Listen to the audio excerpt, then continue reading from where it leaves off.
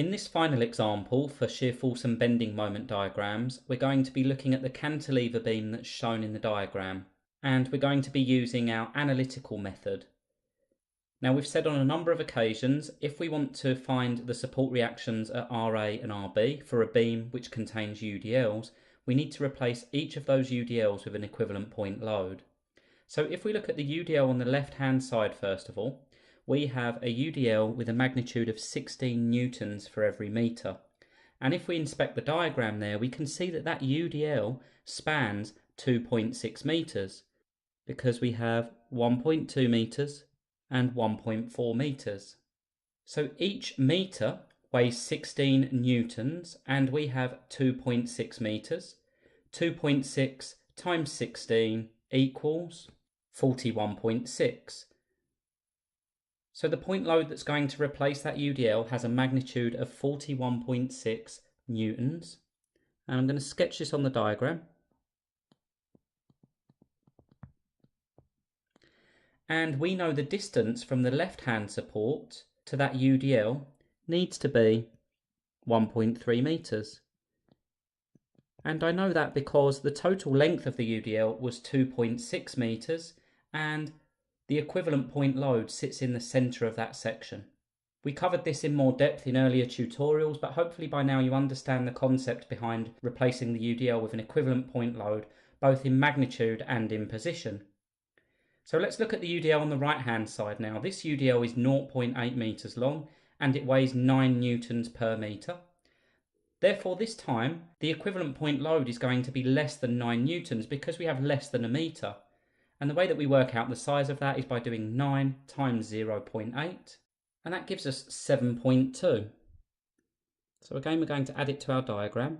It's 7.2 newtons, and its distance either from RB or from the far right hand side of the beam is going to be 0.4 metres.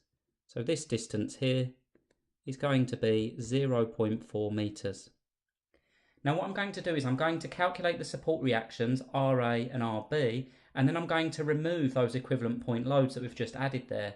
Because if you recall, when we come to producing our shear force and bending moment diagrams, we can no longer treat those UDLs as point loads. So let's calculate RA and RB, and the first one we're going to calculate is RB, and we're going to do that by taking the clockwise and anti-clockwise moments, which are equal. And we're going to take those moments about the left-hand support or about point A. So taking moments about the left-hand support, we're over here on the left-hand end of our beam, we have the following forces. We have a 175 Newton force at a distance of 1.2 metres from the pivot. We have a 42 Newton force. And just take a little bit of care here, I'm referring to the second point load at the top of the beam there. The distance back to the support there is going to be 2.6 metres because it's the 1.2 plus the 1.4.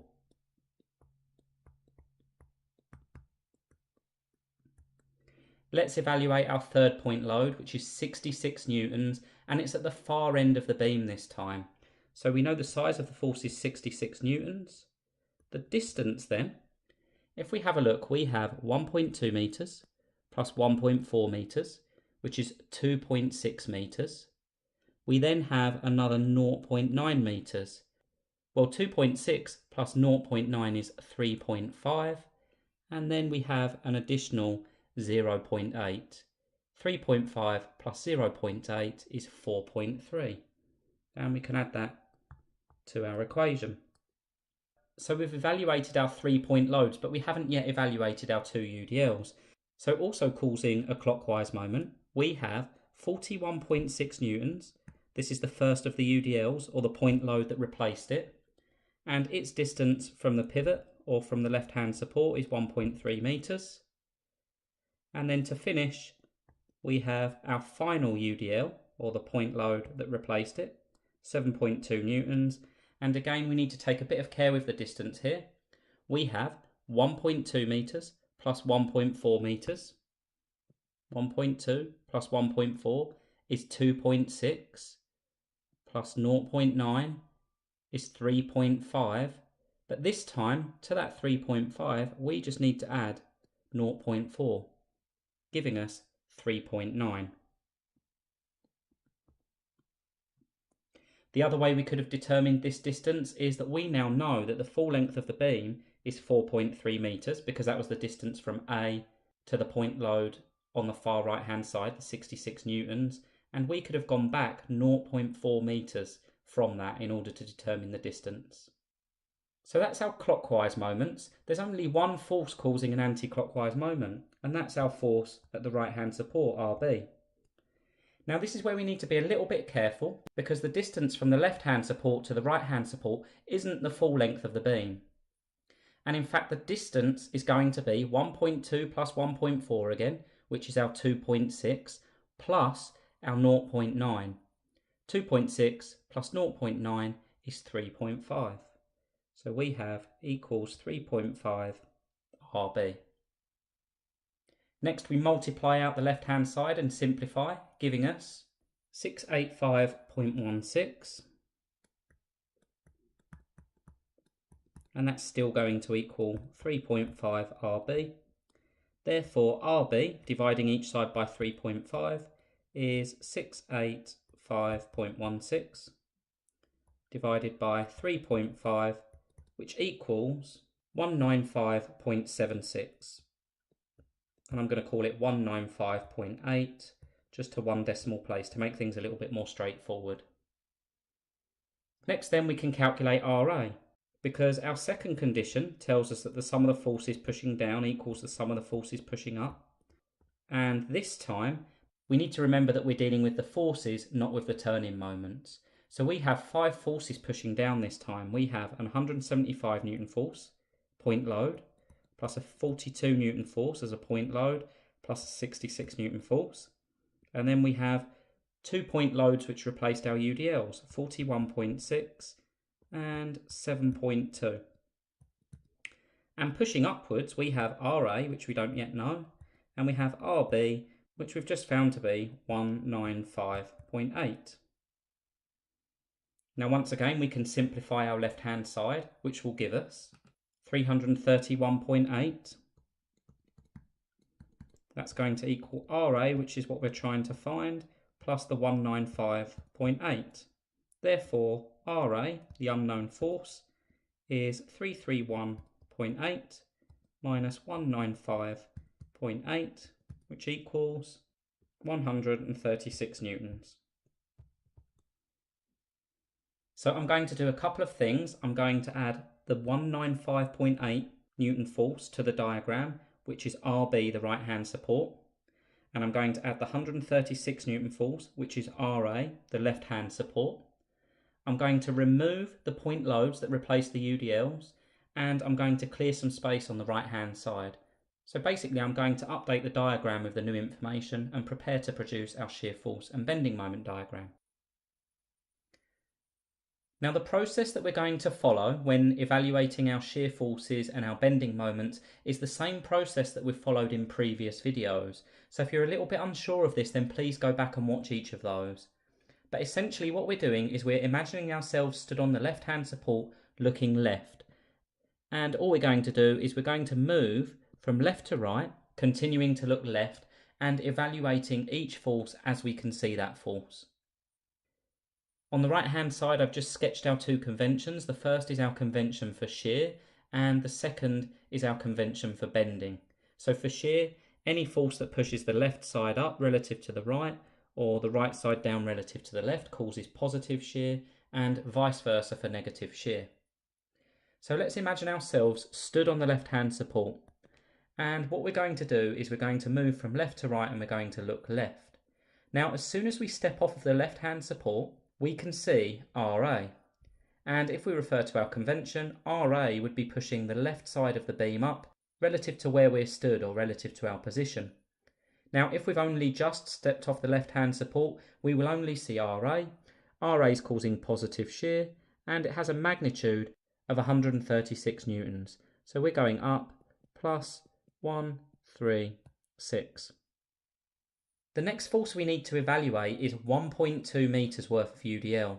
So we're going to traverse that 1.2 meter section And when we're on the left-hand side of that section, we can't see any of the UDL. And when we're on the right-hand side of that section, we can see all 1.2 meters worth of UDL.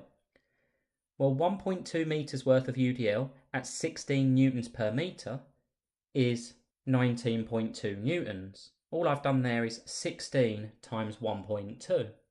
Well, 19.2 newtons we won't see until we get to this far right-hand side of that UDL. So we represent that on our shear force diagram, like so.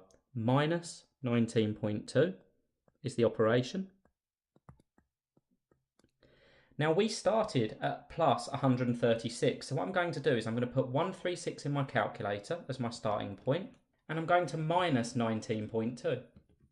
And that brings me to 116.8. So what I've done is I've put my operation in brackets and I've put the result outside of brackets.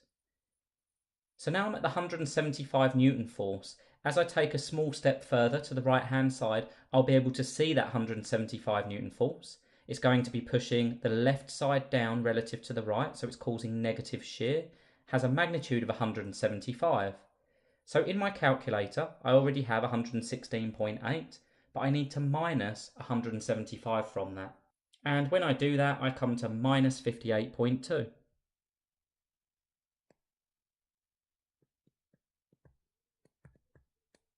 My operation there was minus 175. So now I need to traverse another 1.4 meters of the same UDL. 1.4 times 16 is 22.4. But when I'm on the left-hand side of that section, I can't see any of that UDL. And it's not till I get to the right-hand side of that section of UDL that I can see all 22.4 newtons.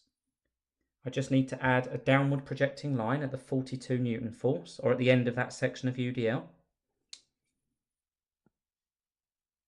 Like so. And as I mentioned there, I will only see the 22.4 newtons of that section of UDL when I get to the far right hand side of it. When I'm at the left hand side, I won't see any of that UDL. So again, we represent that as a triangle. These two lines here, the slope line for this section of UDL and the slope line for the last section of UDL, should be at roughly the same angle. They represent the same weight per meter. So again, I've come down minus 22.4.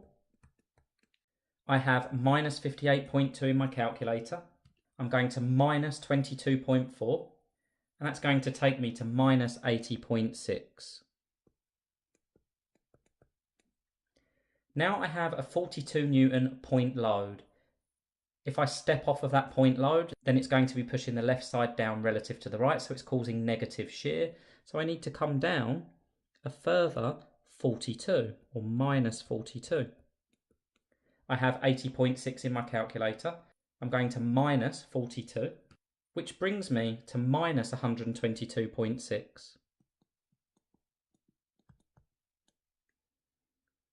Now through the next section, as I continue moving left to right, I'm not going to see any other forces. I've evaluated all of the forces that are causing shear. The important thing to remember is that we're evaluating shear, not bending moments. So now I find myself at RB, the right hand support. And when I step off of RB, that force is going to be pushing the left side up relative to the right.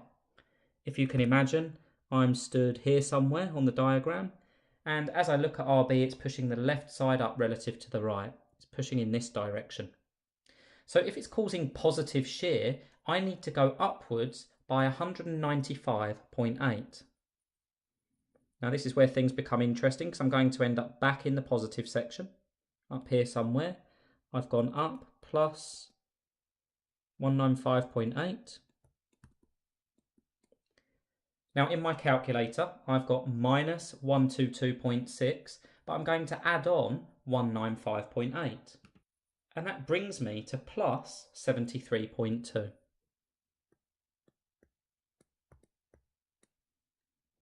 Now I have a section of UDL to evaluate. It's 9 newtons per meter, so less than before, and it's 0.8 meters long. Here's the important thing though, when I'm stood at the right hand support, RB, and I look left, I can't see any of that UDL, and it isn't until I get to the far end or the free end of that beam where the 66 Newton force is, that I can see all of that UDL. I'm going to draw this with a slightly less slope than the previous section of UDL because its weight per metre is less. I've come down minus 7.2. And adding that into my calculator, 73.2 minus 7.2 leaves me at 66.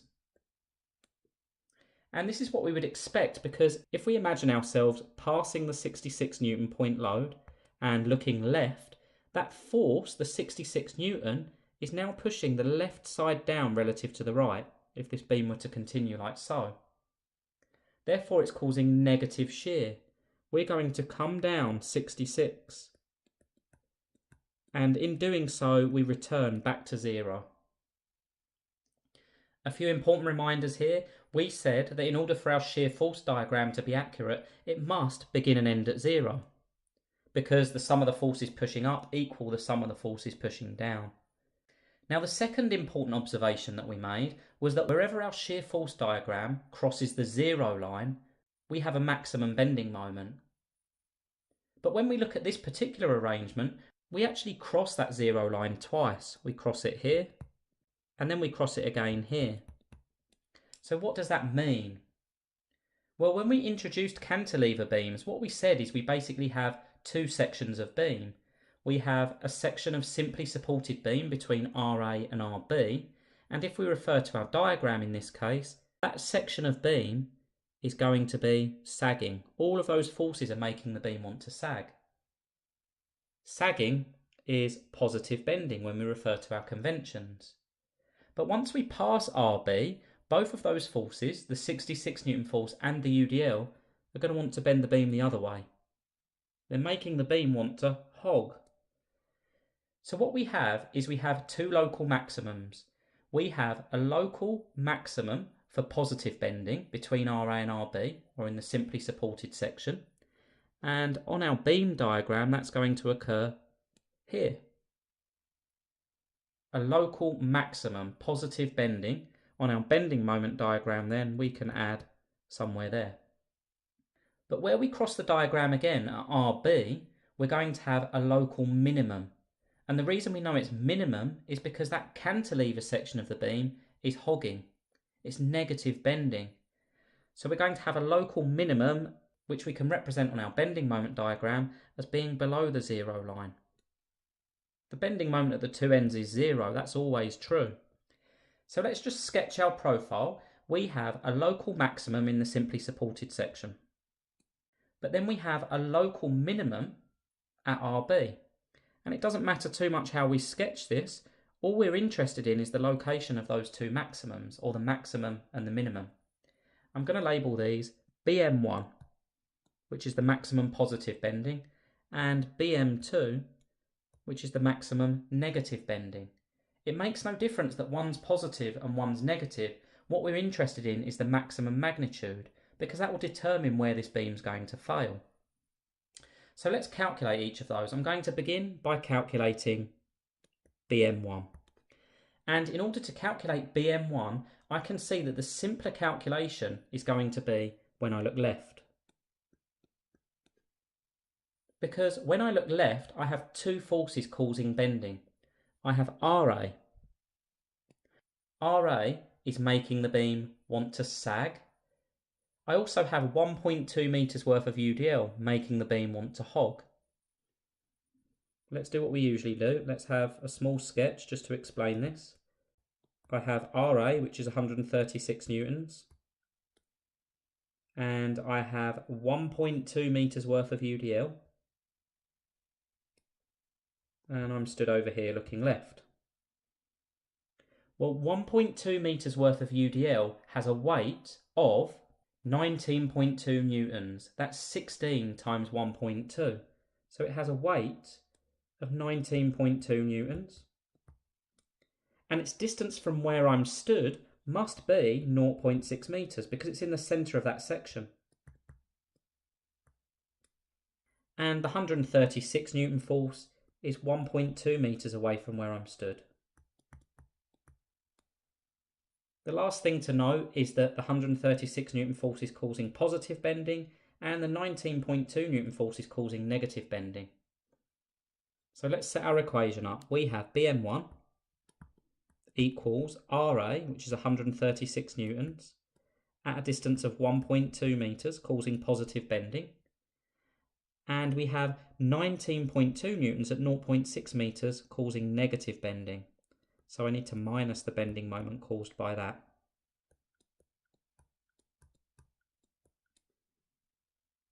And that gives me a value of BM1 equal to 151.7 Newton meters to 1 decimal place.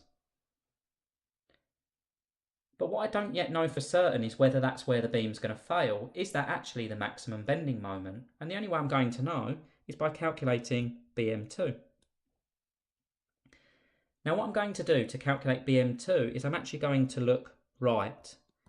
The reason being is if I'm stood at the right hand support there and I look left, I've got a lot more forces to evaluate than if I look right, or a lot more bending moments to evaluate.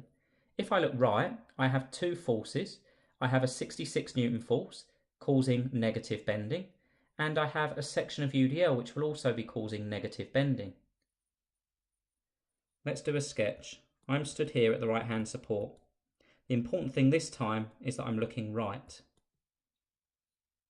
I have a section of beam. At the end of that section of beam, I've got a 66 Newton force, and from where I'm stood, that's 0.8 meters away.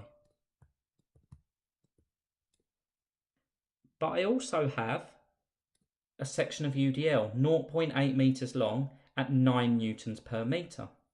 We've already said that that section weighs 7.2 newtons. That's the equivalent point load. And it's going to be a distance of 0.4 meters away from where I'm stood. And just to reiterate, we can see that the 66 Newton force wants to bend the beam this way, or it wants to make our beam take on the negative, or hogging. But the 7.2 Newton force is going to be doing the same. It's going to be trying to bend the beam in that direction. So this time, BM2, we have to take a little bit of care here because both of those forces are causing negative bending. So I've got minus 66 times 0.8 minus 7.2 times 0.4. And that gives me a BM2 equal to minus 55.7 Newton meters accurate to 1 decimal place. I could add these to my diagram then. BM1 is positive and it's 151.7 Newton meters. So 151.7 Newton meters. BM2, however, is negative and it's 55.7 Newton meters. So what I know from that and from carrying out those calculations is that the beam is most likely to fail here. It's most likely to fail at BM1 because BM1 is higher than BM2. The magnitude is higher.